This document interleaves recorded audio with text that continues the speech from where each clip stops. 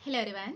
क्या आपको भी ये फील होता है कि मंथ के आखिरी आते आते तक आपके भी पैसे खर्च हो जाते हैं? कई बार हमको ये लगता है ना कि हम महीने में बहुत कमाते हैं, बहुत मेहनत करते हैं, फिर भी महीने के आखिरी में हमको ये सेम परेशानी से जूझना पड़ता है कि हमारे पास जितने भी पैसे थे वो खत्म हो गए और हमारी कुछ बेसिक, हमारी कोई ज़रूरत की चीज़ जिसमें हमें सही में कोई बहुत पहले से ही प्लान था कि ये खर्च करना है, लेकिन उसके लिए हमारे पास मंथ के आखिरी में पैसे नहीं बचे।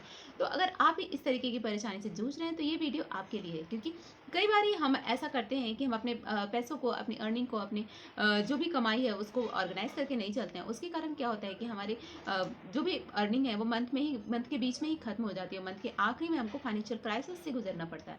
आज के वीडियो में हम 50-30-20 के रूल को प्रॉपरली एक्सप्लेन करके समझेंगे। देखिए, ये रूल ऐसा है जो हमारे पूरी फाइनेंस को प्रॉपरली ऑर्गेनाइज करने में बहुत ज़्यादा सपोर्ट देता है। इस रूल के थ्रू हम बहुत ईजिली अपनी सैलरी को 50% जो है अपनी नीड में, 30% वांट में, 20% अपने सेविंग या डेप्ट रिपेमेंट में बाइफरगेट कर देंगे। इससे मंथ के स्टार्टिंग में ही हमें पता चल जाएगा कि हमारे पास कितने पैसे हैं जो हम अपने वांट के लिए यूज़ कर सकते हैं, और जो हमारे इनकम का 50% है उसको अपने नीड में डालेंगे। नीड से मेरा मतलब है हमारी बेसिक यूटिलिटीज़, ग्रॉसरी, इंश्योरेंस, इन सारी चीज़ों में हमको 50% अपनी सैलरी का पार्ट डालना है। हम ये मान के चलते हैं कि हमारी सैलरी का जो 50% है वो हमारी बेसिक यूटिलिटीज़ के लिए एक्चुअली में रिक्वायर्ड है, और उसके अकॉर्डिंगली हम उसको प्लान करके 50% का पार्ट जो होता है वो हम अपना बेसिक यूटिलिटीज़, रेंट, इंश्योरेंस, साथ ही साथ बच्चों की स्कूल की फ़ीस, बस, इलेक्ट्रिसिटी बिल, वाटर बिल, इस सारी चीज़ों में हम 50% अपनी सैलरी का पार्ट डाल देंगे। अब बात करते हैं हम अपने 30% की सैलरी का। देखिए, 30% हमारी वांट होती है, हम ह्यूमन बीइंग है और नेचुरली हमारी कुछ इच्छाएं होती है और अपनी इच्छाओं को कभी भी मारना नहीं चाहिए मेरे हिसाब से।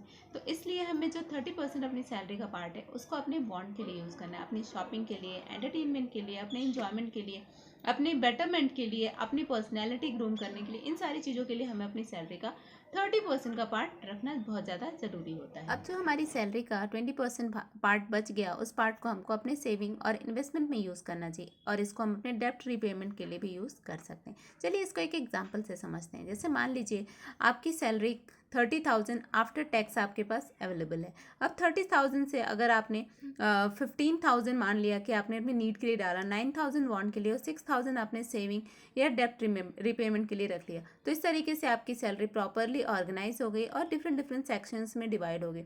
अब आपके पास हर महीने की 6,000 की सेविंग रहेगी। अब देखिए ये मेथड कितना इफेक्टिव, कितना इजी टू फॉलो है, सिंपल है, और साथ ही साथ हमको ओवर स्पेंडिंग से हमेशा बचाता है, हमेशा हमको सेविंग करने के लिए इनकरेज करता है और डेप्ट रिपेमेंट के लिए सपोर्ट करता है। अगर आपको ये वीडियो सही लगी हो तो प्लीज़ लाइक माई चैनल।